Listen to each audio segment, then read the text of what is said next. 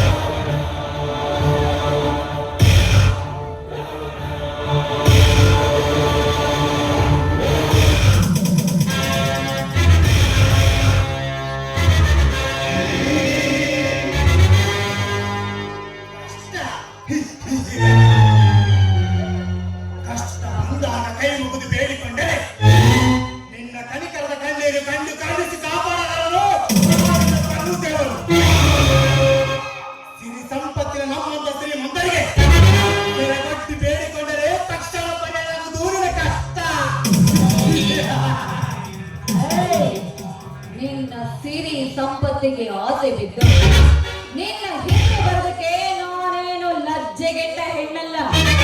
ನೋಡು, ನನ್ನಂತೆ ನಿನಗೂ ಒಬ್ಬಳು ತಂಗಿ ಇದ್ದಾಳೆ. ಅದನ್ನ ಮರೆಯಬೇಡ. ಮಾತೇ ಇಲ್ಲದ ಮಾನವ ತಿಂದರ ತುತ್ತು ಕೂಡಿರದ ನಿನಗೆ ಅಷ್ಟೊಂದು ಸಕ್ಕು. ನನಗಲ್ಲ ಕಣ, ಸೊಪ್ಪು ಇರುವುದು ನಿನಗೆ. ಯಾರ್ದೋ ದುಡ್ಡಲ್ಲೇ ಇಷ್ಟೊಂದು ಕಾಸ್ತನವನ್ನ ನಡೀತಾ ಇದೆಯಲ್ಲ, ನಾಚಿಕೆ ಆಗಲ್ವೇನೋ ನೀನಿನ್ನ ಏಸಿ ಜನ್ಮಕ್ಕೆ? ನಾಚಿಕೆ ಬಿಟ್ಟರೆ ಮಾತ್ರ ಸುಖವಾಗಿ ಬದುಕಲು ಸಾಧ್ಯ.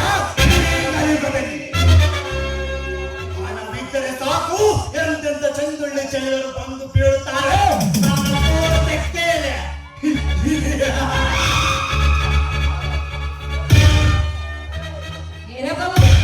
ಆದ್ರೆ ನಿನ್ನಂತೆ ನಾಚಿಕೆ ಬಿಟ್ಟವರೆಲ್ಲ ಕಣೋ ನಮ್ಮಂತ ಹೆಣ್ಣುಗಳು. ಹೋದ ಗಂಡನ ಪ್ರಾಣವನ್ನ ಮರಳಿ ಪಡೆದದ್ದು ಸತಿ ಸಾವಿತ್ರಿ. ಅವನಿಗೆ ತನ್ನ ಗಂಡ ಹುಚ್ಚನೆಂದು ಗೊತ್ತಿದ್ದು ಅವನೇ ದೇವರೆಂದು ಪೂಜೆ ಮಾಡಿದ್ದು ಇವರದೇ ಮಲ್ಲಮ್ಮ.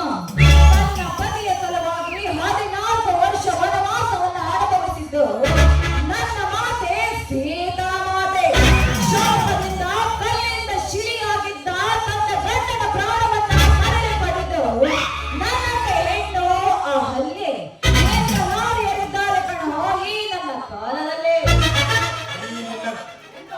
ಎಂದು ಆಗಿರುವ ಪ್ರಾಣ ಚರಿತ್ರೆ ಕೇಳಬಾರದು. ಈಗ ನೇರ ಮಾತಿಗೆ ಬರಲೇ ಕೇಳು. ಒಳ್ಳೆ ಮಾತಿನಿಂದ ನೀನಾಗಿ ಹೊರಗೆ ಬಂದರೆ ನಿನ್ನನ್ನು ಅರಗಿದಂತೆ ನನ್ನ ಸಾಕುವೆ. ಇಲ್ಲವಾದರೆ ಕೈ ಬಿಡೋ ಕಾಮಕ.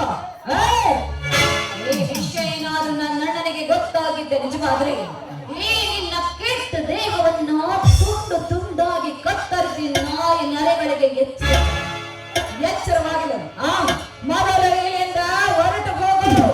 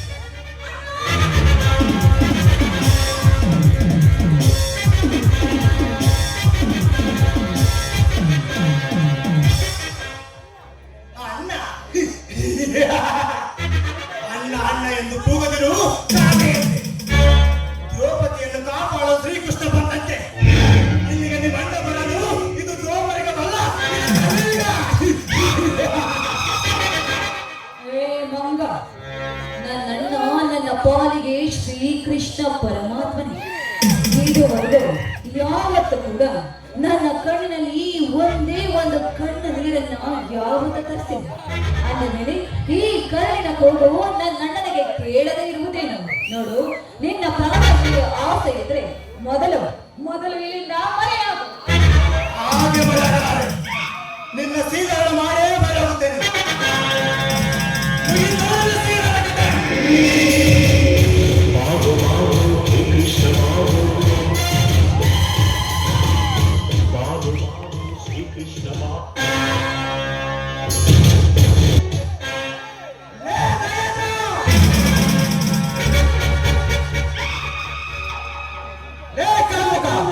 ಒಂದು ಹೆಣ್ಣಿನ ಮೇಲೆ ಬಲಾತ್ಕಾರ ಮಾಡಲು ನಾಚಿಕೆಯಾಗುವುದಿಲ್ಲ.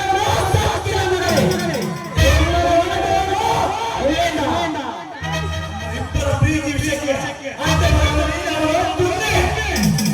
ನಿಮ್ಮಂತ ಕಾಮಗಳನ್ನು ಸೆರೆಪಡೆಯಲು ಬಂದಿರುವ ಪೊಲೀಸರಿಂದ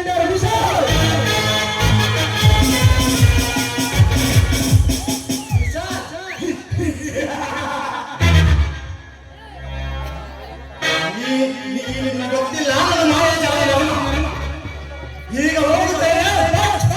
ಮುಂದೆ ಕಾಲಿದೆ.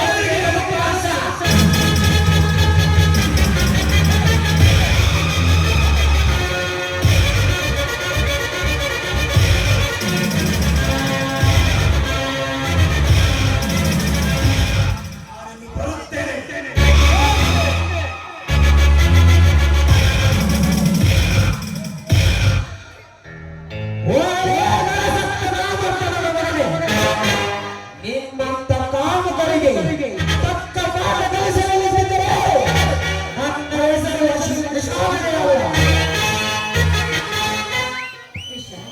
ಸರಿಯಾದ ಸಮಯಕ್ಕೆ ಬಂದು ನನ್ನ ಮಾನ ಪ್ರಾಣ ಎರಡು ಕಾಪಾಡಿದೆ. ದೇವರೇ ನಿಮ್ಮನ್ನ ಕರೆಸಿಕೊಂಡೇನೆ. ಇದು ನಿಜಕ್ಕೂ ನನ್ನ ಭಾಗ್ಯವೇ ಸರಿ. ದೇವರ ಪ್ರೇರಣೆ ಇಲ್ಲದೆ ಯಾವುದು ನಡೆಯಲು ಸಾಧ್ಯವಿಲ್ಲ ಗಂಗ. ಇರಲಿ, ಈ ಹೊತ್ತಿನಲ್ಲಿ ನೀನು ಇಲ್ಲಿ ದೇವರ ದರ್ಶನಕ್ಕೆಂದು ದೇವಸ್ಥಾನಕ್ಕೆ ಬಂದೆ. ಹೋಗಿ ಈ ನೀಚನ ಕೈಯಲ್ಲಿ ಸಿಕ್ಕಾಕೊಂಡು ಬಿಟ್ಟೆ ಅಷ್ಟೇ. ಗಂಗಾ, ಇಂಥ ನೀಚರ ಸಂಖ್ಯೆ ಪ್ರಪಂಚದಲ್ಲಿ ಹೆಚ್ಚಾಗಿ ತೊಡಗಿದೆ. ಬಡವರು ಬಾಯಿಸತ್ತವರು. ಇಂಥ ಜನರ ಮಧ್ಯೆ ಬದುಕುವುದು ತುಂಬಾ ಕಠಿಣವಾಗಿದೆ. ಹೋಗಲಿ ಬಿಡು ಗಂಗಾ. ಇನ್ನೊಂದು ವಿಷಯ. ಹೇಳಿ ವಿಶಾಲ್, ಅದ್ ಯಾವ ವಿಷಯ ಅಂತ? ನಾನು ಪೊಲೀಸ್ ಸಬ್ ಇನ್ಸ್ಪೆಕ್ಟರ್ ಆಗಿ ಇದೇ ಊರಿಗೆ ಹಾಜರಾಗಿದ್ದೇನೆ. ಇಂದಿನಿಂದ ನೀನು ಯಾವುದಕ್ಕೂ ಭಯ ಪಡಬೇಕಾಗಿಲ್ಲ. ಆದರೆ ಈ ಎಲ್ಲ ವಿಷಯ ಗೌಪ್ಯವಾಗಿರಲಿ. ನಾನೇ ಆಗರ್ಭ ಶ್ರೀಮಂತನೆಂದು ಬಡವರ ಆಸ್ತಿಯನ್ನು ನುಂಗಿ ಅಟ್ಟಹಾಸದಿಂದ ನಡೆಯುತ್ತಿರುವ ಆ ನನ್ನ ತಂದೆಯ ರಂಗಪ್ಪ ಸಾಹುಕಾರನ ಕುಟಿಲ ಕಾರಸ್ಥಾನವನ್ನು ಬಯಲಿಗೆ ಅವನು ಮಾಡಿದ ಅಪರಾಧಕ್ಕೆ ತಕ್ಕ ಶಿಕ್ಷೆ ಕೊಡಿಸುವುದೇ ನನ್ನ ಗುರಿ.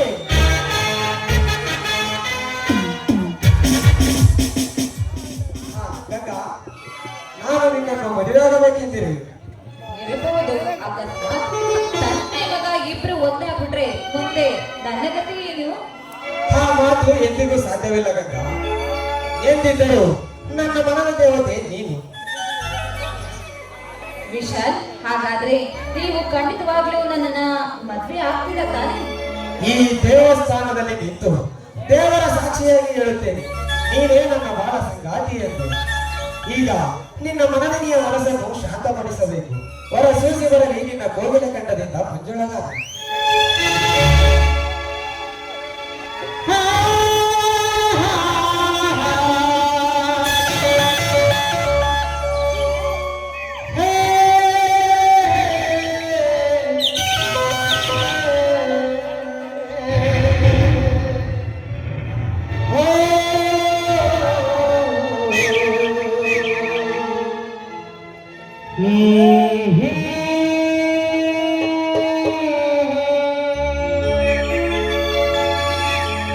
ಹೃದಯ ಎನ್ನುವ ಈ ನುಡಿಯ ಬಾಗಿಲು ತೆಗೆಯುವ ಬೀಗದ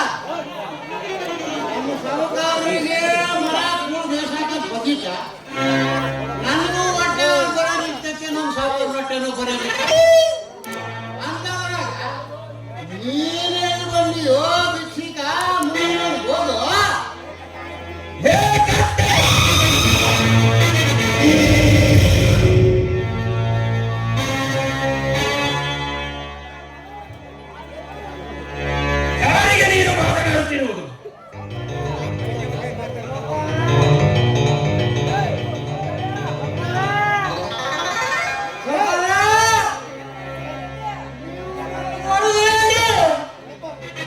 ಹೊರಗಿಲ್ಲ, ಹೋಳಿಗೆ ತುಪ್ಪ ನೀಡಿ ಊಟ ಬಡಿಸಿದ್ದೇನೆ.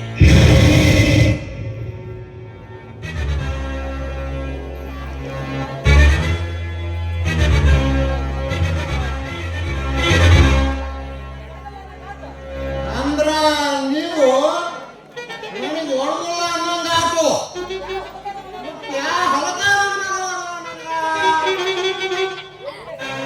ಎಲ್ಲಿ ಸಕರ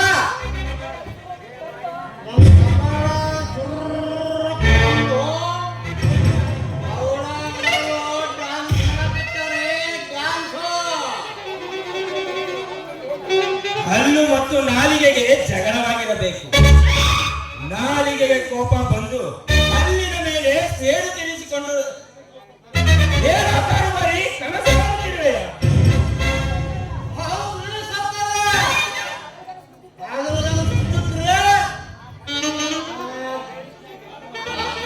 ಆ ಕನಸಿನಾಗ ನಿಮ್ಮ ಮನೆಗೆಲ್ಲ ಒಬ್ಬರು ಸಿಕ್ಕ ಬಂದಿದ್ದ. ಆ ಚಿಕ್ಕನಿಗೆ ಅವನಿಗೆ ಒಳ್ಳೆ ಬುದ್ಧಿ ಮಾತು ಹೇಳಿ ಮುಂದೆ ಮನೆಗೆ ಹೋಗಕ್ಕ ಅಂತ ಕಳ್ಸೋದ್ರಾಗ ಈಗಲಾದರೂ ಎಚ್ಚರವಾಯಿತು, ಇಲ್ಲ ನಾನೇ ಪಕ್ಕ ಎಚ್ಚರ ಮಾಡಬೇಕು.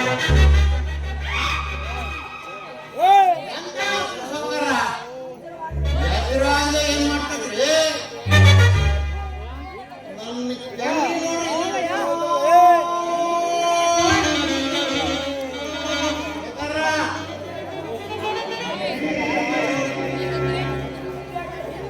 ನಿತ್ಯ ಮನುಷ್ಯನ ಮಹಾಪಾಪ ಮಾಡು.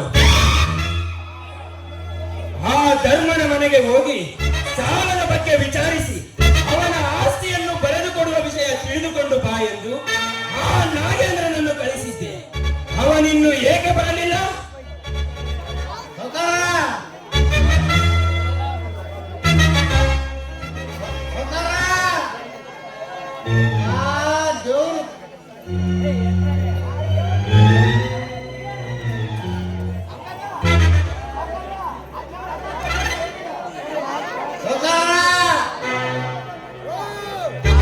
ದೇವರು ಎಲ್ಲಾ ಕೊಟ್ಟನ್ರಿ, ಬುದ್ಧಿ ಕೊಟ್ಟಿನ್ರಿ, ಬುದ್ಧಿ ಬುದ್ಧಿ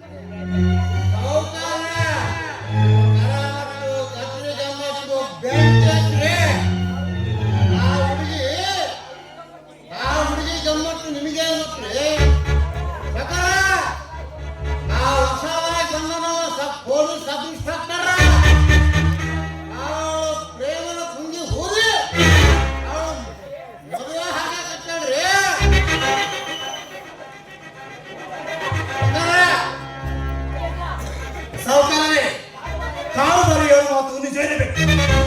ಯಾಕೆಂದರೆ ನಾನು ನಿಮ್ಮ ಸಾಲ ಕೇಳಲು ಧರ್ಮನ ಮನೆಗೆ ಹೋದಾಗ ಆ ಧರ್ಮನಿಗೂ ನನಗೂ ವಾದವಾದ ನಡೆಯುವ ಸಮಯದಲ್ಲಿ ಆ ಇನ್ಸ್ಪೆಕ್ಟರ್ ಅಲ್ಲಿಗೆ ಬಂದಿದ್ದ. ಈಗ ತಿಳಿಸು, ಅವನು ಯಾರ ಸಲುವಾಗಿ ಮನೆಗೆ ಬಂದಿದ್ದಾನೆ ಅಂತ. ಓಹೋ, ಈಗಿದೆ ಏನು ಸಮಾಚಾರ?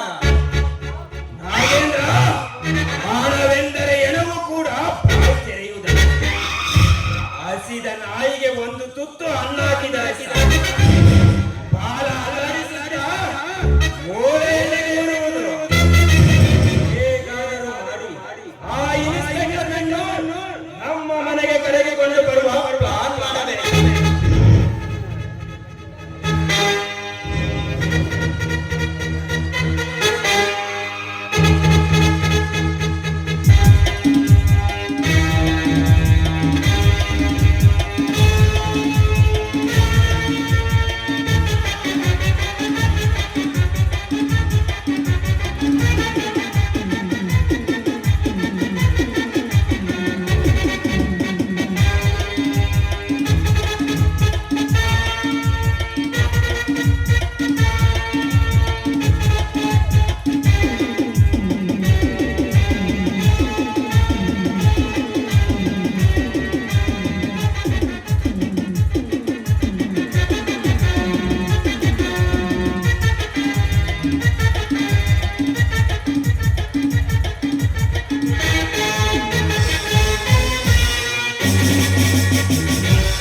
ಪ್ಲಾನ್ ಮಾಡಿ ಕರೆಸಿಕೊಳ್ಳುವ ಅವಶ್ಯಕತೆ ನಿಮಗೆ ಬೇಡ ಸಾಗರ. ನಾನಾಗಿಯೇ ಬಂದಿದ್ದೇನೆ. ನನ್ನ ಕರ್ತವ್ಯಕ್ಕಾಗಿ ಬರಲೇಬೇಕಲ್ಲ. ಬನ್ನಿ ಇನ್ಸ್ಪೆಕ್ಟರ್, ಬನ್ನಿ. ಸುತ್ತಿ ಬಳಸಿ ಮಾತನಾಡುವ ಅಭ್ಯಾಸ ನನಗಿಲ್ಲ. ನೇರವಾಗಿ ವಿಷಯಕ್ಕೆ ಬರುತ್ತೇನೆ. ನಿಮಗೆಷ್ಟು ಹಣ ಬೇಕು ಕೇಳಿ, ಸಂಕೋಚ ಪಟ್ಟುಕೊಳ್ಳಬೇಡಿ. ಏನು ನೀವು ನನಗೆ ಹಣ ಕೊಡುತ್ತೀರಾ? ಅಂದರೆ ನೀವು ನನ್ನಿಂದ ಸಾಲ ತೆಗೆದುಕೊಂಡಿದ್ದೀರಾ? ಹೇಗೆ ಕೊಡುತ್ತೀರಾ ನೀವು ನನಗೆ ಹಣ? ಈಗೇನು ಇನ್ಸ್ಪೆಕ್ಟರ್, ನಿಮ್ಮ ಮಾತಿನ ಚಾಣಾಕ್ಷತನ. ನಿಮ್ಮ ಇಲಾಖೆಯ ಅದೆಷ್ಟೋ ಅಧಿಕಾರಿಗಳು ನನ್ನೊಂದಿಗೆ ಹೊಂದಾಣಿಕೆಯನ್ನು ನಡೆದುಕೊಂಡು ನನ್ನ ಯಾವುದೇ ಕೆಲಸಕ್ಕೆ ಆಗದೆ ನಾನು ತೋರಿಸಿದ ಮಾರ್ಗದಲ್ಲಿಯೇ ನಡೆದುಕೊಂಡಿದ್ದಾರೆ. ಅದರಂತೆ ತಾವು ನಡೆದುಕೊಂಡರೂ ತಮಗೂ ಒಳ್ಳೆಯದು, ನನಗೂ ಒಳ್ಳೆಯದು. ಸಾಗರ, ನೀನು ತೋರಿಸುವ ಆಸೆಗಾಗಿ ನನ್ನ ಕರ್ತವ್ಯಕ್ಕೆ ನಾನು ಪಣ ತೆಗೆದುಕೊಳ್ಳಲಾರೆ. ಅನ್ಯಾಯ ಅತ್ಯಾಚಾರದಿಂದ ಬಡವರಿಗೆ ವಂಚನೆ ಮಾಡಿ ಬಡವರ ಮೇಲೆ ದೌರ್ಜನ್ಯ ಮಾಡುವ ನಿಮ್ಮ ಪಾಲಕರಿಗೆ ಬುದ್ಧಿ ಕಲಿಸಿಕೊಂಡು ಬಂದಿದ್ದೇವೆ. ಹೀಗಾಗಿ ಮತ್ತೆ ಬೆಳೆಸಿ ಕಾಕಿ ಎಂದು ಏಕೆ ಬಡಬಡಿಸುತ್ತೀರಿ? ನಾನು ಕೊಟ್ಟ ಹಣದಿಂದ ನೀವು ಜೀವನ ಪೂರ್ತಿ ಜಾಲಿಯಾಗಿ ಜೀವನ ನೌಕೆ ಸಾಗಿಸಿ. ನಿಮಗೆ ಹಣ ಬೇಕಾದಾಗ ನನ್ನ ಮನೆಗೆ ಬನ್ನಿ. ನಿಮ್ಮಂತವರಿಗಾಗಿ ನಮ್ಮ ಮನೆಯ ಬಾಗಿಲು ಸದಾ ತೆರೆದಿರುತ್ತದೆ. ಹೌದ್ರಿ ಸೌಕಾರ, ನಮ್ಮ ಸೌಕಾರ ಯಾವಾಗ ಕರ್ಕೊಂಡೇ ನಮ್ಮ ಸೌಕಾರ ಬಾಗಿಲು ಎಂದು ಕಂಡಿಲ್ಲ ರೀ ಸಾಬ್ರ. ಯಾಕಂದ್ರ ಬಾಗಿಲು ಮುಚ್ಕೊಂಡಿರ್ತಾರ್ರಿ, ಕರ್ಕೊಂಡೇ. ಹೇ ವಿವೇಕಿ, ದೊಡ್ಡವರು ಮಾತನಾಡುವಾಗ ಮಧ್ಯ ಬಾಯಿ ಹಾಕಬೇಡ ಅಂತ ಅದೆಷ್ಟು ಸಲ ಹೇಳಿದ್ದೇನೆ ನಿನಗೆ. ನಿಂತುಕೋ. ಹೇ ಕಾರುಬಾರಿ, ದೊಡ್ಡವರು ಮಾತನಾಡುವಾಗ ಸುಮ್ಮನೆ ನಿಂತುಕೊಳ್ಳುವುದು ಕಲಿತುಕ. ಏನೋ ಅಂತಾರಲ್ರಿ, ಕುಂಬಳಕಾಯಿ ಕಾಳ ಅಂದ್ರೆ ಹೆಣ್ಮಕ್ಳು ಅಂತ ಗಾಳಿ ಹಾಕಿದ್ದು. ಓಹೋ ಸಾಗ್ರ, ನಮ್ಮ ಸಾಹುಕಾರರು ಹಣ ಕೊಡ್ತೀನಂದಾಗ ಎಷ್ಟೋ ಜನ ಪೊಲೀಸ್ ಆಫೀಸರು, ಬೇಕಾದವರು ಎಲ್ಲರೂ ತಗೊಂಡಾಗ ಅಂದಾಗ ಇರಾಕ್ ಬೇಡ ಅಂತೀರಿ. ಹೋಗಲಿ ಬಿಡು ಕಾರುಬಾರಿ. ಸಾಗ್ರ ಕೇಳಿಸ್ಕೊಂಡ್ರ? ಹೋಗಿ ಬಿಡಿ ಅಂದ್ರು. ಕಾರುಬಾರಿ, ಹೋಗಿ ಬಿಡಿ ಅಂದಿಲ್ಲ, ಮಾತು ಹೋಗಲಿ ಬಿಡು ಅಂದಿದ್ದು. ಹಾ ನಾಗೇಂದ್ರ, ಹವ್ಯಾಸ ಅವರಿಗಿಲ್ಲ. ನೀನೇ ಒಳಗಡೆ ಹೋಗಿ 1 ಲಕ್ಷ ಹಣವನ್ನು ತೆಗೆದುಕೊಂಡು ಕೊಡುವ. ಎಲ್ಲೋ ಸಾವುಕಾರ, ನನಗೀಗ ಹಣದ ಅವಶ್ಯಕತೆ ಇಲ್ಲ. ಅಂತ ಪ್ರಸಂಗ ಬಂದರೆ ನಾನೇ ನಿಮ್ಮ ಮನೆಗೆ ಬರುತ್ತೇನೆ.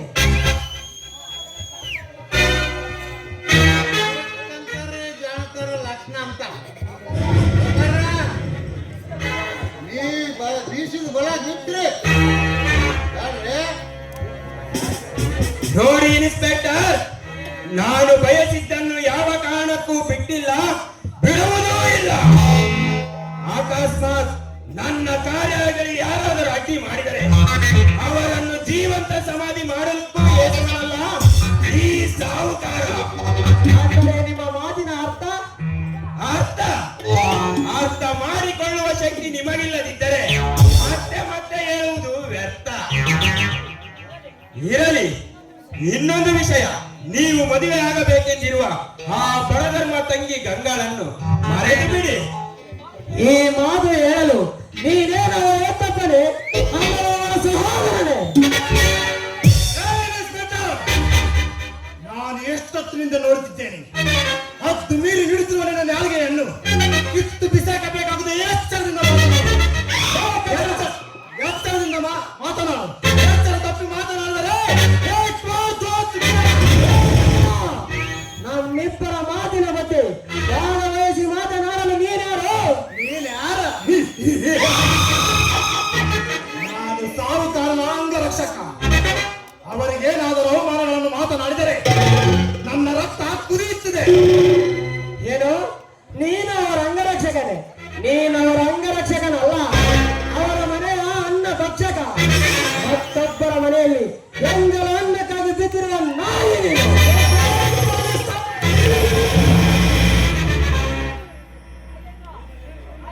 ನಾಗೇಂದ್ರ, ದುಡುಕು ಬಲು ಕೆಡುಕು.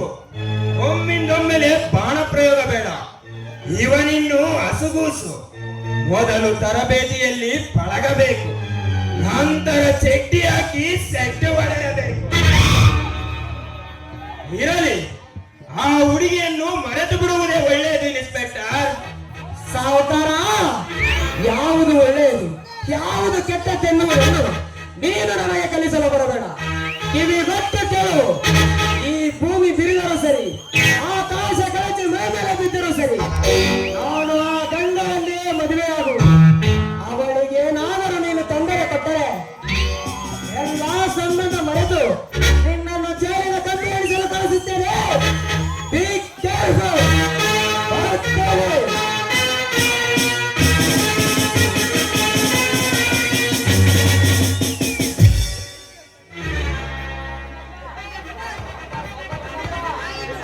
ಸೌಕರ್ ರಂಗಪ್ಪ, ಯಾಕೋ ನನ್ನ ಕೈ ಕಾಲು ತರ ನಡ್ಗಾಕತ್ತವ್ರಿ ಸಮಯ ಗಾಡಿಗಳನ್ನ ಟಣ ಅಂತ ಸ್ವಲ್ಪ ಕಡಿಮೆ ಬಂದು ಹೇ ಪುಕ್ಕಲನ್ ಮಗನೇ, ಸುಮ್ಮನೆ ನಿಲ್ಲು. ಇಷ್ಟೊಂದು ಹಾರಾಡುವ ಅಕ್ಕಿ ರೆಕ್ಕೆಯನ್ನು ಕತ್ತರಿಸಿ ಬಿಡುವೆ. ಸಾಹುಕಾರರೇ, ಈ ಇನ್ಸ್ಪೆಕ್ಟರ್ ಅನ್ನು ಈಗ ಬಿಟ್ಟರೆ ನಮಗೆ ಅಪಾಯ ತಪ್ಪಿದ್ದಲ್ಲ. ಆದಷ್ಟು ಬೇಗ ಅವನನ್ನು ಬೇರೆ ಪೊಲೀಸ್ ಸ್ಟೇಷನ್ಗೆ ಟ್ರಾನ್ಸ್ಫರ್ ಮಾಡಬೇಕು.